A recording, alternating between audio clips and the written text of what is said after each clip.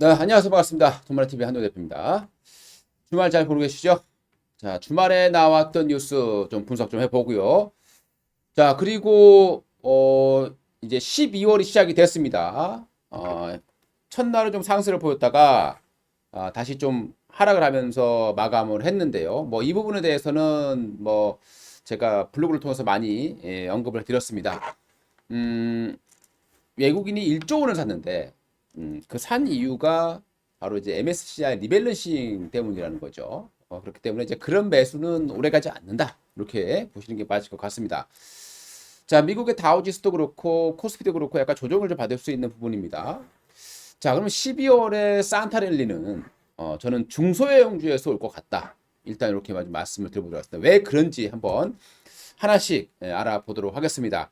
우리 이제 개인 투자가분들은 너무 대형주, 뭐 삼성전자 이런 종목들로 지수만 올라가는 것보다는 이렇게 약간 좀 중소형주들의 종목 장세가 펼쳐질 때 좀 체감 지수가 높아진다 이렇게 봐야 될 것 같은데 한번 그 이유를 한번 보도록 하겠습니다.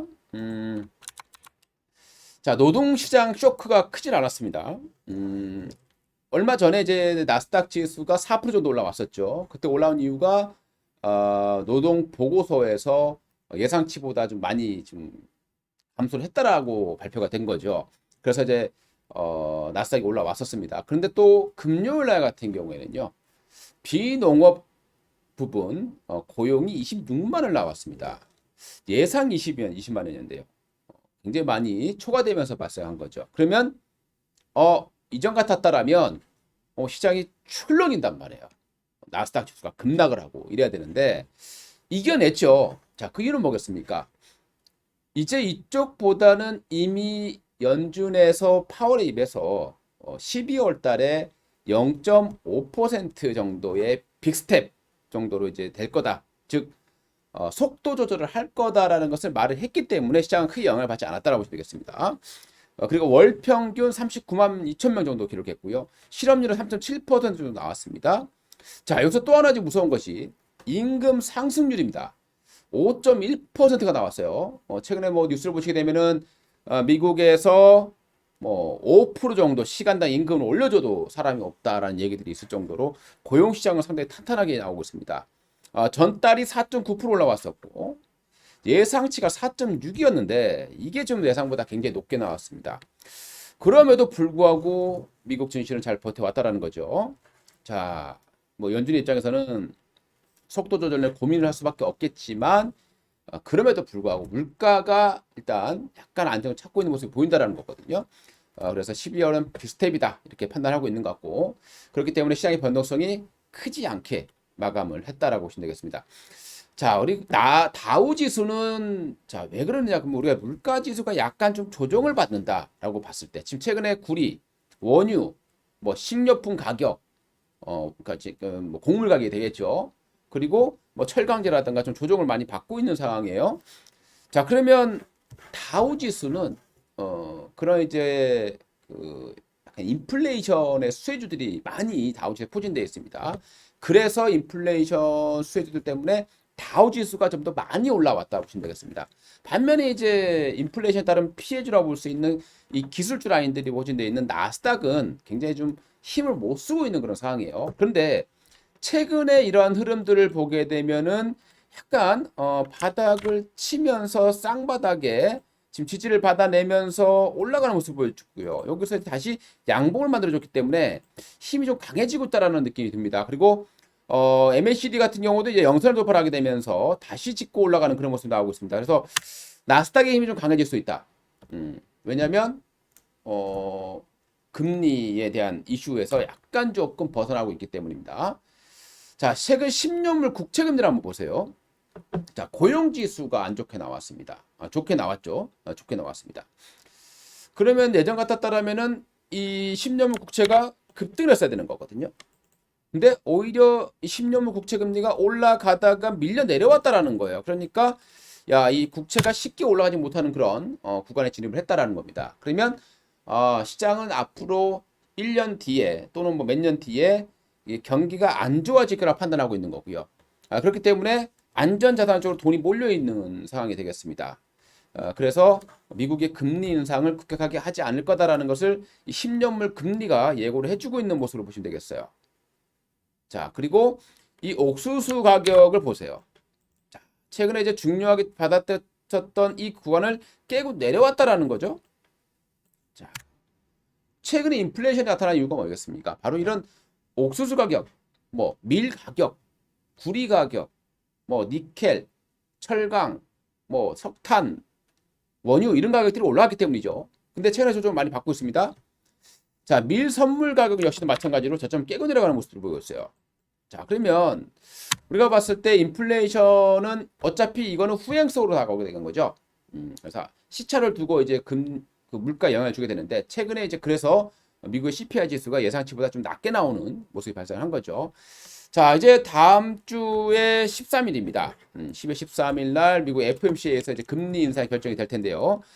자, 그 전에 일주일 동안에 바로 블랙아웃 기간입니다. FOMC에서 어떠한 그 예견할 수 있는, 발언할 수 없는 그런 상황이 되겠고요. 그리고 이번 주 같은 경우는 또 미국에서 굵직한 어떤 이벤트도 없어요. 뭐 시장에 영향을 줄 만한 경제 지표가 없다라는 겁니다. 뭐 있다라고 하면 11월 생산자 물가 금요일 발표가 되죠. 11월 9일 날 발표가 되는데요. 11월 생산자 물가 지수 정도 이게 조금 영향을 미치겠지만 그렇지 않다라면 뭐 크다 큰 뭐 이렇게 시장에 영향을 미칠 만한 그런 경제 발표는 없는 걸로 보시면 될 것 같습니다. 그렇다면 시장은 비교적 안정적으로 점점 저점을 또 높여갈 수 있는 그런 모습이 만들어질 것으로 판단이 됩니다. 또 하나 이제 우리가 봐야 될 부분들이 바로 이제 중국 봉쇄 완화 부분이에요.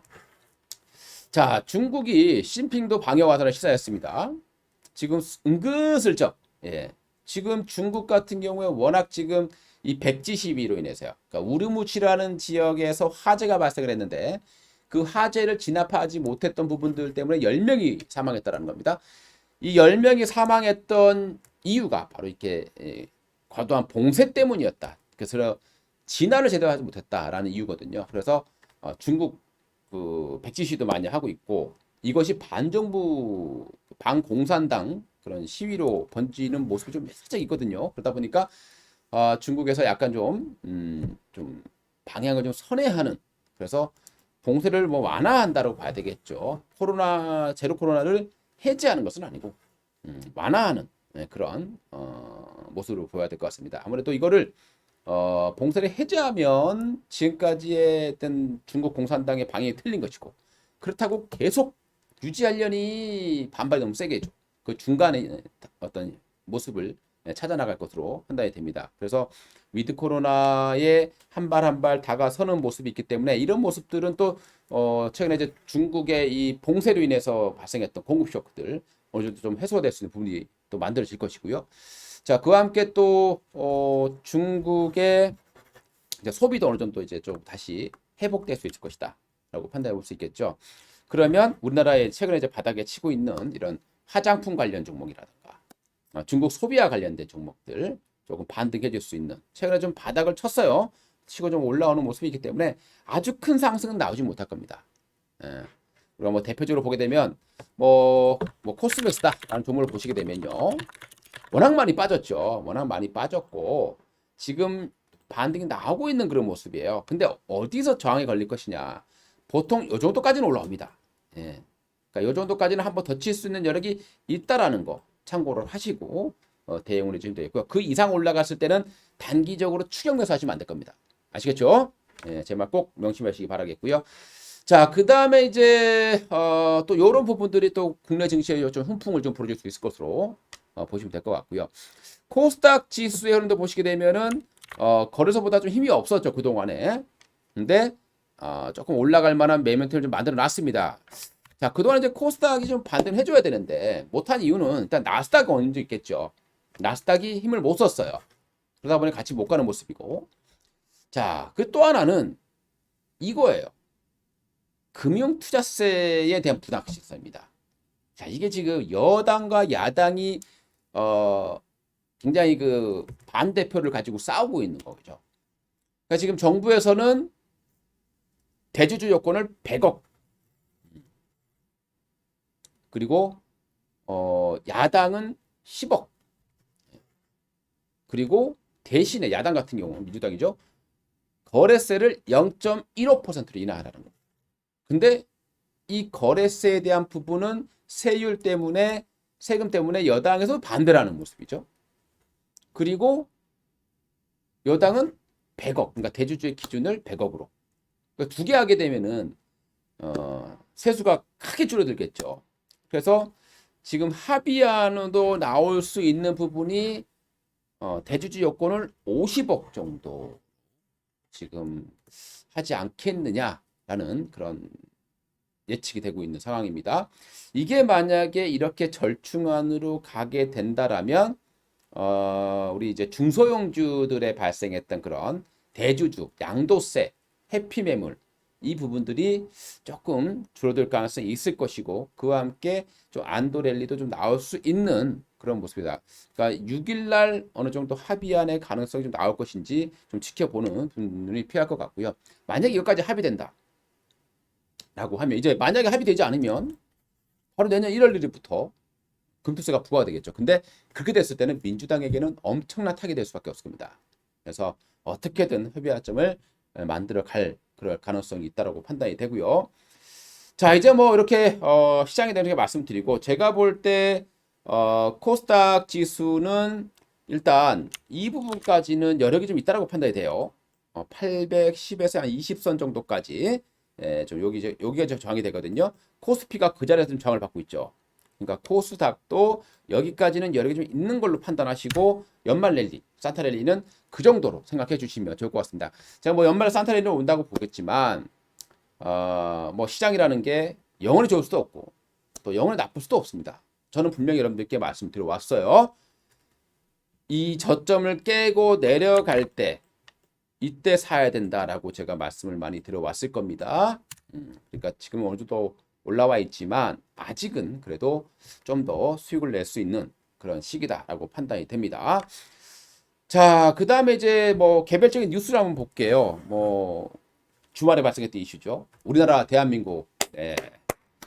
저도 깜짝 놀랐어요. 이거 뭐 이길 수 있겠냐라고 생각을 했는데, 야, 우리나라가 포르투갈을 꺾었습니다. 자, 그와 함께 손흥민 선수가 아주 평판이 높아지는 그런 상황이 됐죠. 자, 16강 갔기 때문에 아무래도 이제 치킨 관련주가 급등하겠죠. 근데 이런 종목들은요, 1, 2일 내 단기 시대로 끝나요. 그러니까 추격 매수 하시면 바로 손실 보겠죠. 근데 만약에라도 브라질을 이긴다라면, 야, 이것도 얘가 달라집니다. 예. 그래서 만약에 브라질이 이게 우리나라가 이길 것 같다라고 하면 추격 매수해도 되겠지만, 이기지 못할 것 같다라고 하면 큰일 나겠죠. 이건 말 그대로 도박이 되는 그런 상황이 되는 거고요. 자, 그 다음에 하잉크 코리아라는 기업이 있어요. 토트넘 IP를 활용해서 콜라보 제품을 생산하는 기업입니다. 네, 그래서 손흥민 관련 제품이 되어 있죠. 네, 그래서 보시게 되면 하잉크 코리아도 뭐 단발성으로 뭐 한번 치는 모습을 좀 나올 수 있지 않겠느냐라는 생각이 드네요. 뭐 참고상으로 보시면 될 것 같습니다. 자, 제주맥주 역시 마찬가지로 뭐 단기 반등밖에 안 나올 것 같고요. 뭐 치킨 관련 종목에서는 교촌이 가장 탄력이 있는 모습으로 마감을 했습니다. 많이 빠졌기 때문에 한번 반등은 나오겠죠. 하지만 아마 추격 매수 하시기는 굉장히 힘들 걸로 판단이 됩니다. 자, 그리고 또 하나 이제 올빼미 영화 얘기예요. 올빼미. 이게 이제 개봉한 지 한 10일 정도 됐는데 입소문을 많이 타고 있어요. 지금 150만 정도 넘었는데 야, 이게 입소문이 심상치가 않습니다. 이 올빼미가 NEW죠. NEW 배급사입니다. 바다에 좀 어느 정도 기대감으로 1차적으로 올라왔는데 한 번 더 칠 가능성이 좀 있어 보여요. 이거는 이제 입소문을 타고 하기 때문에 시세의 연속성이 어느 정도까지 있을 것 같아요. 막 800만 갈 수도 있겠죠. 네. 그러면 그 정도까지 갈 때까지는 1000만 원 임박할 때까지는 뭐 이렇게 올라갈 수도 있을 겁니다. 지금 입소문을 타고 있기 때문에 극장에서도 빨리 내리지는 않을 걸로 판단이 되고 있는 상황이고요. 그래서 NEW 올빼미를 보시고 나 재밌게 봤다라고 하신다라면 NEW를 관심 있게 아직 더 올라갈 수 있는 여력이 좀 있다라고 판단이 되고요. 자, 또 하나 이제 좀 건들지 않아야 될 종목들이죠. 컨테이너 지수가 1200선을 붕괴를 했습니다. 4800까지 갔던 게요. 지금 뭐 곤두박 치고 있죠. 그래서 HMM이라든가 뭐 페노션 이런 기업들의 주가는 사실 좀 굉장히 힘들 수 있는 그런 모습이다라고 판단이 됩니다. 자, 또 우리 저 좋은 뉴스가 하나 나왔는데요. 오스코텍 유한양이 관련 종목 되겠습니다. 우리나라 이제 폐암 1차 치료제 효과가 확인됐는데요. 원래 이제 티그루스라는 제품이 폐암 1차 치료제로 확인되어 있는데 이게 이제 병용 치료를 했을 때 약간 20개월까지 13개 16개월인가요? 티그루스가 근데 20개월까지 생존 기간이 늘었다는 거죠. 그래서 좀 기대가 좀 되고 있는 부분들인데 유한양행이 그 임상을 하고요. 기술은 오스코텍에게 사온 거로 보시면 되겠습니다. 최근에 오스코텍의 주가가 바닥에서 좀 상당히 좀 있죠. 그래서 뭐 살 기회를 주지는 모르겠습니다만은 어떤 제약주에게 조금 긍정적인 뉴스가 나왔고 또 1월 달에 JP모건 헬스케어를 앞두고 발생했던 부분이기 때문에 바이오주들 조금 이제 이 영웅주들이 한번 탄생해 줄지 잘 우리가 좀 체크를 좀 해봐야 될 것 같습니다. 자, 그 다음에 이제 또 뉴스 나온 것 중에서 이재용 회장이죠. 이제 회장이 취임 후 처음으로 중동행을 했다. 아랍에미레이트를 이제 취임 후에는 이제 처음 가는 거가 되겠죠. 그래서 이제 여기서 나오는 거 보면 이제 5G 쪽이 좀 강조를 많이 하고 있는 걸로 보이십니다. 반도체야 뭐 그렇고 또 이번에 뭐 반도체 쪽에서도 베트남의 대통령이 베트남에서 또 우리나라로 방문을 하잖아요. 그래서 그와 관련된 이 부분에서 반도체의 투자 가능성이 좀 나오고 있는 상황이고요. 뭐 만약에 우리나라의 반도체가 베트남에 공장을 건설한다라고 했을 때는 한미 반도체 정도가 지금 베트남에 진출하려고 하는 기업이 되겠고요. 우리 이제 5G 관련 종목 하면은 뭐 KMW, 에이스테크, 다산 네트워크스 정도가 있는데 최근에 보시면 다산 네트워크스가요. 삼성과 가장 연관성이 있는 기업이죠. 최근에 이제 좀 급소가 좀 발생했다라는 부분입니다. 21선을 돌파를 하고 급소가 나왔기 때문에 다산 네트워크스 정도가 좀 의미 있는 그런 반등 모습을 좀 보여주지 않겠느냐 이렇게 생각이 됩니다. 자, 이렇게 해서 오늘 뭐 주말에 나왔던 내용들 한번 읊어봤고요. 투자에 참고 사료로만 활용해 주셨으면 좋겠습니다. 이상 도마이TV 한도 대표였고요. 도움되셨다면 좋아요, 구독 한 번씩 부탁드리겠습니다. 감사합니다.